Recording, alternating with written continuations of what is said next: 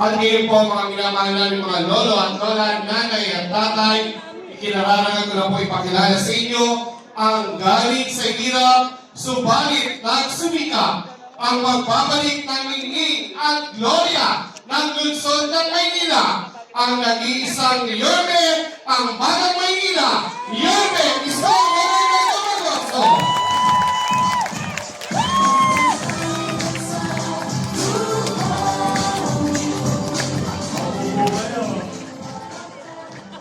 Hi! Hello! Gusto mo ba kayo? Hello? Ay, tingnan nga natin kung sino pagising na. Lamig dito sa matulog eh. Dapat magsisiesta kayo. Tingnan natin. Doon sa Coldly. Yan, sa... Diyan nagliligawan eh. Hi! Hello!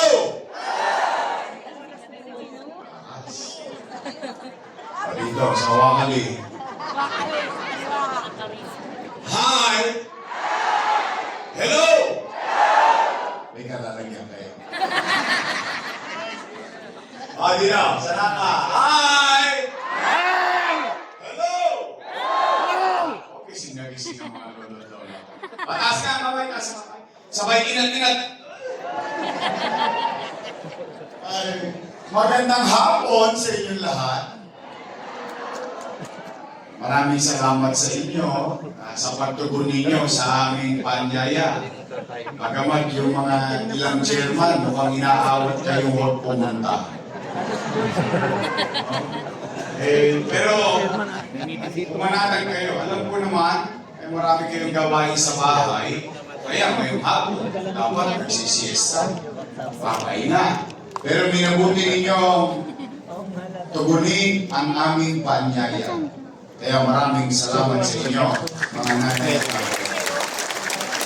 Pumanatag naman kayo. Hindi naman namin kayo pauuwiin ng konsumido. Opo!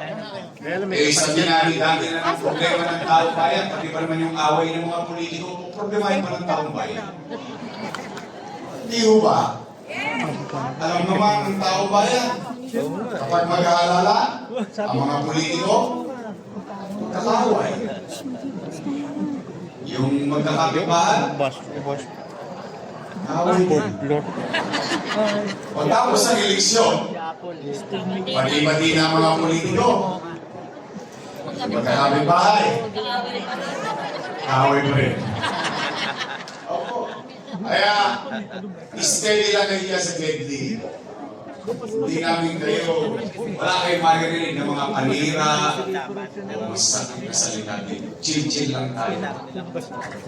Dahil ang tagubilin ko sa Yormes yun, sabi ko sa kanila, umayos kayo. Yung taong bayan, pinuntahan na kayo, binigyan na kayo ng bukas. Ngayon po kayo yung tatakbo. First time, sabihin nyo na lang kung ano ang gagawin ninyo. Kung kayo naman ay re-electionista, mag-report kayo sa taong bayan. Ano ang ginawa ninyo sa loob ng taon?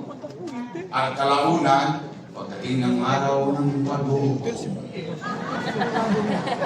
kaya natin ang taong bayan ang mag-desisyon.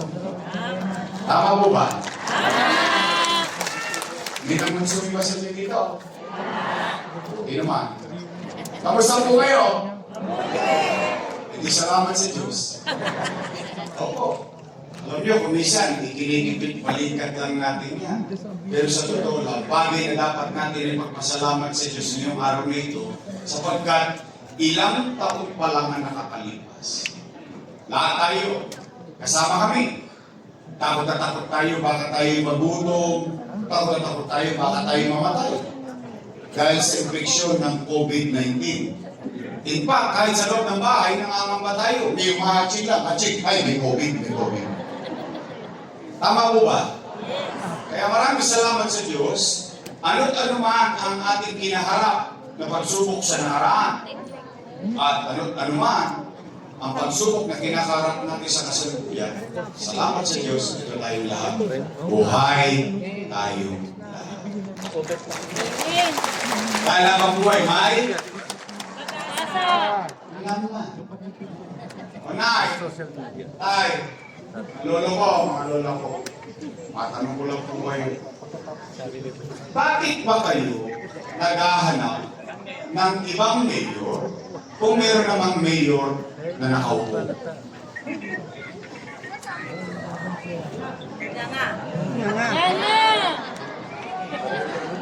Baho!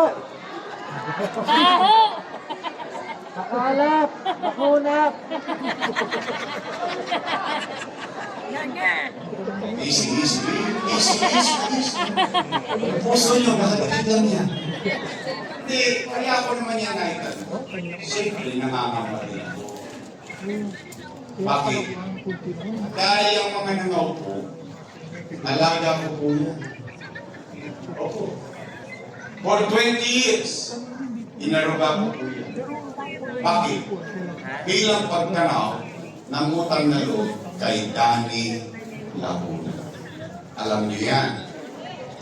Hindi ko yan pinagkaila. Hindi ko yan itinanggi. In fact, tayo mga Pilipino, hindi lang dahil taga-Blooming Trip tayo, tayo mga Pilipino, isa sa itinatapos natin ng ilong at ipinagmamalaking kaugalian sa buong mundo, tayo mga Pilipino ay marunong tumanaw ng Utang na loob! at ang utang na loob ay walang katapusang bayaran. Tama po ba? Tama! Tingnan po ninyo. Bilang pagtanaw, ang utang na loob, kay Bustani, tinalagaan ko yung kanyang mga anak. O kaya, ganan. Una, Philip Lacuna.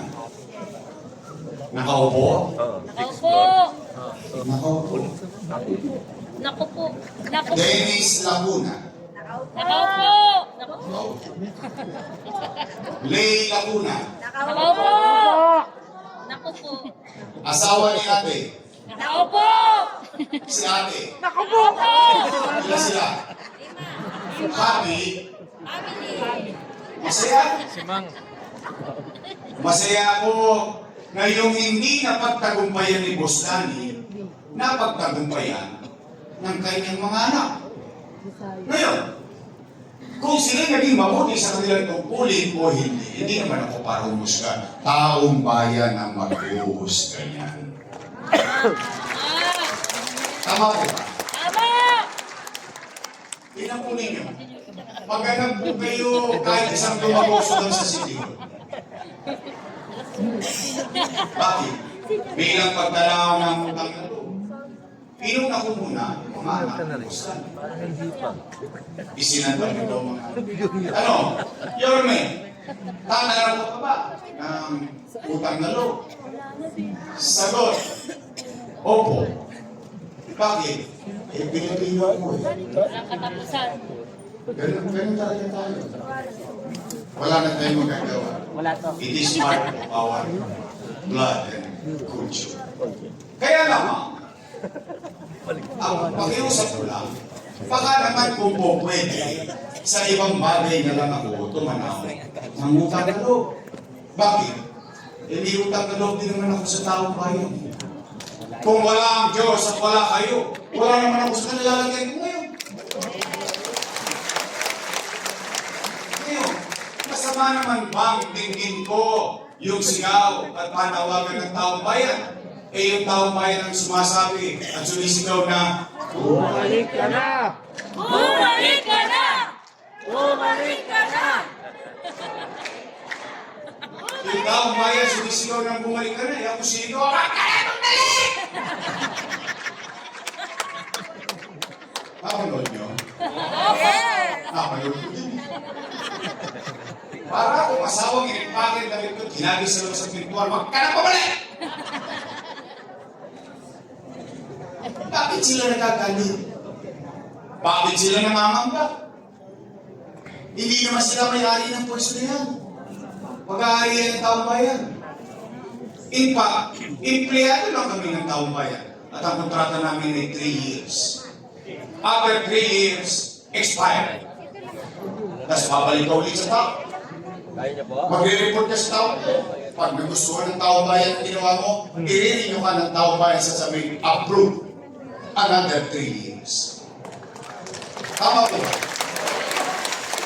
At ang katotohanan din, ang isang leader kapag naging magaling, ipopromote pa siya ng taong bayan sa mataas na posisyon. Tama mali? Tama. Tulad ko, nagsimula ako, 23 anyos. Sariwang. Ayun, pinasana. Ngayon, sariwa na lang. Naging gusya, 3 years. Gusya, 9 years. Finish or not finish, pass your paper. Ang ginawa niyo sa akin, ginawa niyo kung vice mayor. Finish or not finish, pass your paper. Tapos ginawa niyo kung Mayor. bakit sila nagagalit niyo sa akin?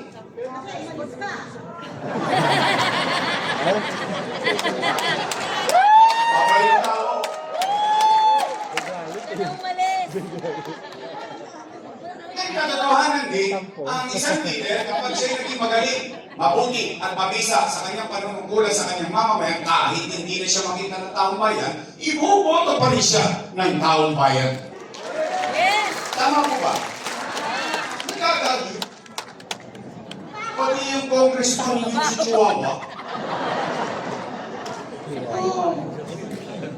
Yung araw ay panay ang papuri nila ng papuri sa akin, yung galing na galing. Sa akin, ba't naman ako hindi magdaramdam? Ewan ko lang kung ito'y akala nyo rin. Ang akala ko, kung ano yung nasimulan natin, itutuloy na lang nila. Tama po ba? Kaya nga natin sila binoto. Wawaglit ako na wala. Binago-bago na nila. Partikular, patungkol sa senior citizen. Yan po natin Nay, alalahanin lang natin wala pa naman kayong Alzheimer's. Wala pa. Kasi yung pa dito, parang ginamit mo si Mayor Lacson. O sige, iligas na lang. Anong ibig ko sabihin? Sa hinapahaba ng pamumuhay niyo sa Maynila, for the first time, bumoto kayo ng batang mayor. First time. Dahil lahat ng binoboto niyong mayor, laging konti na lang yung birthday. At yung batang mayor niyo,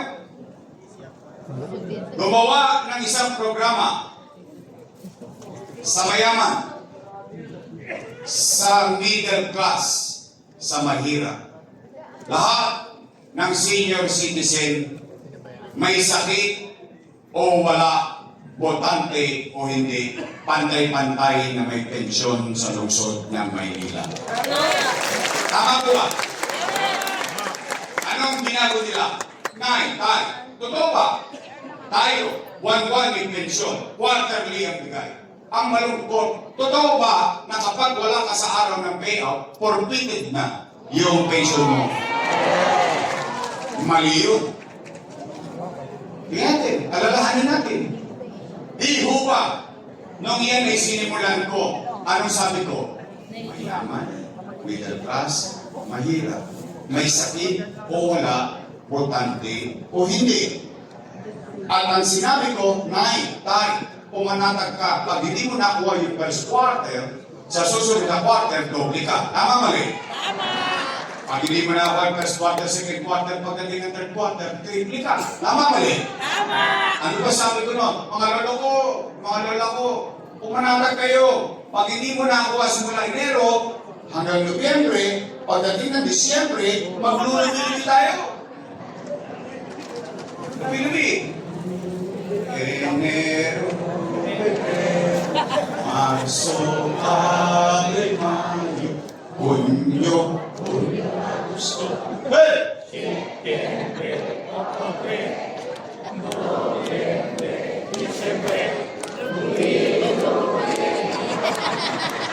Ganado kayo Kala ni Apple, siya lang marunong kumanta.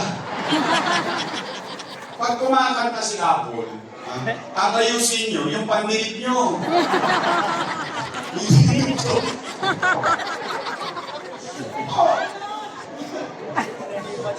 Magiginig yan kayo, nasasaktan pa tayo ngayon. Tay, anong ibig ko sabihin? Ibig sabihin, yung mga matatanda, panatag na panatag ang kalooban, pag hindi niya nakuha buong taon, pagdating ng Disyembre, 6 na bulig siya. Kung dalawa silang senior, 12,000. Kung tatlo na silang senior sa bahay, 18,000. Eh ngayon, nangangamba tuloy yung mga matatanda. Bakit? Hindi naman niya alam kung anong araw darating ang payout eh. Tama mali? Eh kung ano na mga matatanda, malalapot ang dugo niya. Maaga nagigising yan. O, pagkagising, saan niya pupunta? Barangay. Chairman, balita. Kasi meron na. Nay, wala pa. Sawi, uwi. Gising ulit sa umaga. Pagkagising sa umaga, saan ako pa dyan? Uy, Chairman, ano na? No, wala pa. Eh, mga malas-malas po yung matanda, tinawagan ng ako. Lola, namimiss ka na namin. Pasyal ka naman dito sa Bulacan. Lolo, namimiss ka na namin. Pasyal ka naman dito sa Cavite. Yung pobre matanda, walang nagawa. Apo tumawag, nagpakasyon. Tuloy sa akin, balik ng blooming tree. Chairman, ano na? Ako na yung nagkamigaya kahapon, wala ka.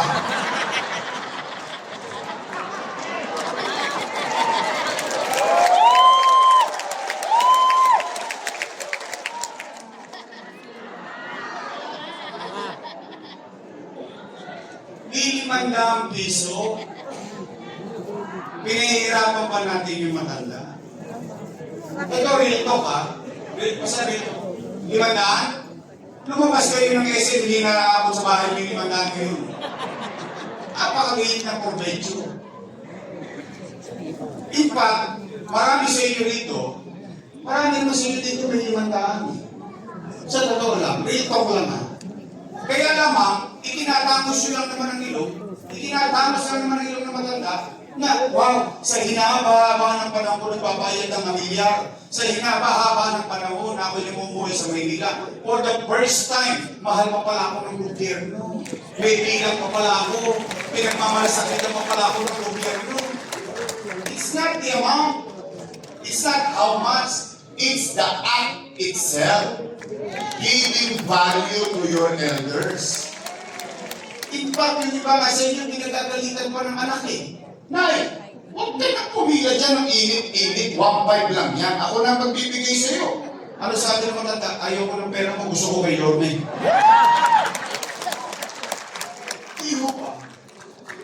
Nakalulong ko isipin eh. Ang liit na bagay. Papahirapan mo pa. Nay, totoo ba? Totoo ba na kapag hindi ka na botante, tanggal ka na rin sa pensyon? Mali na naman yun. Bakit? Ulitin natin ha. Ano sabi ko? Nung dinumpisante, mayaman, middle class, mahirap, may sakit o wala.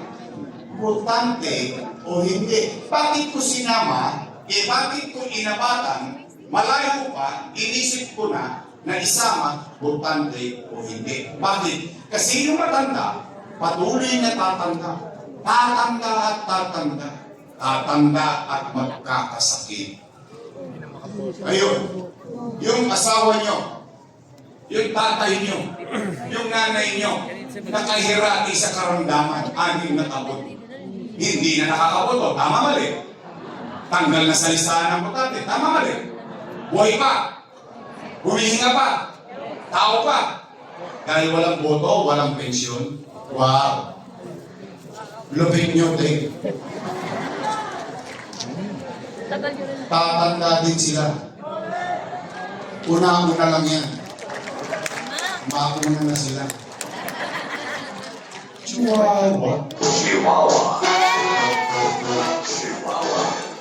Masakit yun eh. Primo, kaya nga hindi nyo napansin, for the first time, pantay-pantay sa Manila. Mayaman, middle class, mahirap. Bakit? Kasi nga, kung magbibigay ka rin lang naman, huwag ka na makakasakit ng loob ng ibang tao. Pagpantayin mo na lang.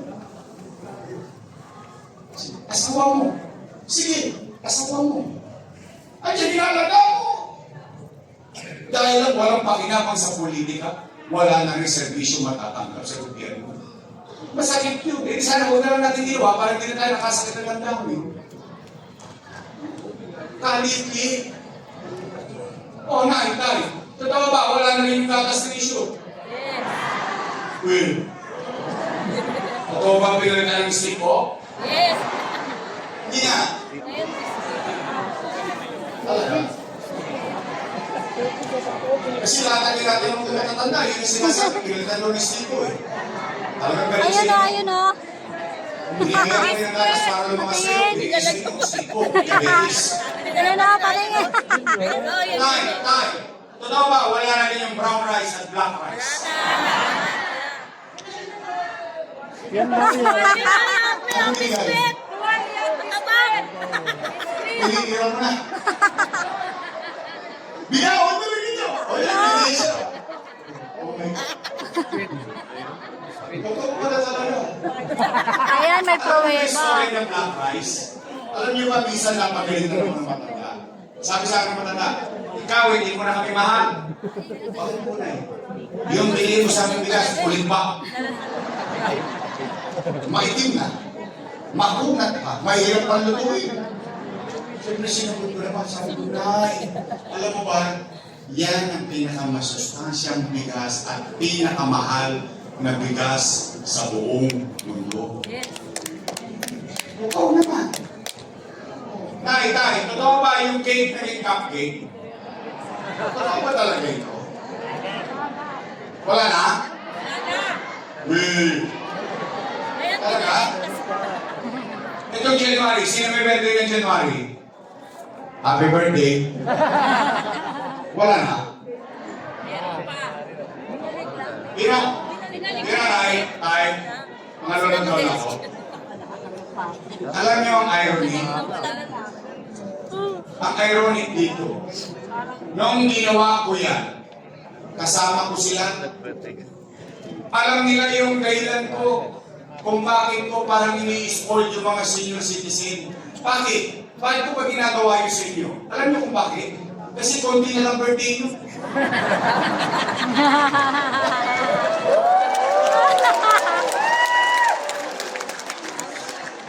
Bakit kayo parang pag-birthday pinag-uusapan, kinakabahan kayo lahat? Real talk lang. Ang ibig ko lang sabihin, kidding aside, yung alam mo yung ikaw yung bata sa loob ng bahay, may matanda, yung mabigyan mo lang siya ng ngiti, yung maiparamdam mo sa kanya na mahalaga pa siya, yung paramdam mo sa kanya na may bilang pa siya, yung binibigyan mo siya ng importansya, yun ang purpose kung bakit ito yung ginagawa sa mga senior citizen. Kakarampot na provecho, ipagdadamot pa natin. Pahirapan pa, pawala pa ng pawala. Pero kung makagasta sila, linggo-linggo ng sumba sa Rojas Boulevard, wagas. Kung makapagpasosyo sila sa single, milyon-milyon ng gastos. Pero pagdating sa matanda, ba't naman ako hindi magdaramdam? Yung pa yung unang-una nilang pinag. Parang namumutla kayo. Kumain ba kayo? Sigurado ako siya kumakain ng biskwit. Ayan o, pinakita ulit. Tapos nga naman hindi mo kumakain. Hindi ba kayo kumakain? Huwag kayo magalala. Lilipas din yan. Tagal nyo. Nagatutudois. Sige, tay. Para kahit paano naman, ngayong araw na kayo mabusog kayo. Umuwi kayo. Sabihin niyo sa inyong mga mahal sa buhay. May awa ang Diyos. Sa tulong ninyo, nakabalik tayo. Ibabalik ko ang lahat ng nawala sa senior citizen. Ay, totoo ba? Na kapag magpapacheck up pa sa health center, kailangan naka-online schedule ka pa. Wow! Sosyal? Ano, Chinese general? It doesn't make sense. Tay!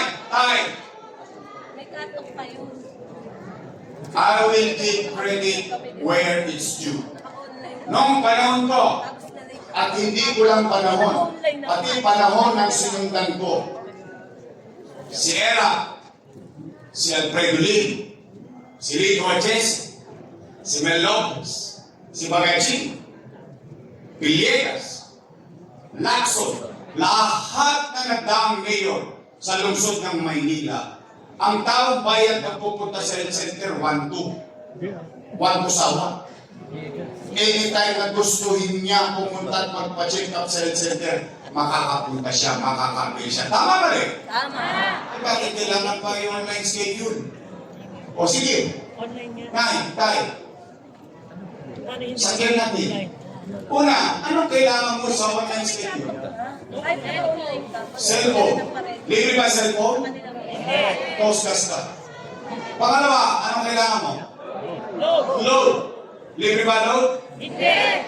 Postgas ka. Pangatlo, pinakamalupit, hindi ka marunong mag-online.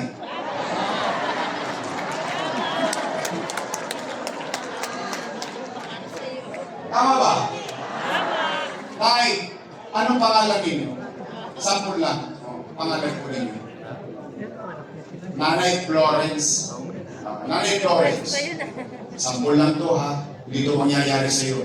Kwentuhan lang. Halimbawa, si Nanay Florence sa araw, hinahapo.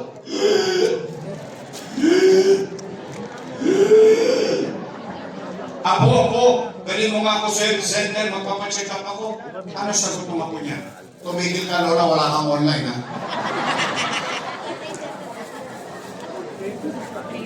Ano nangyari kay Nanay Florence?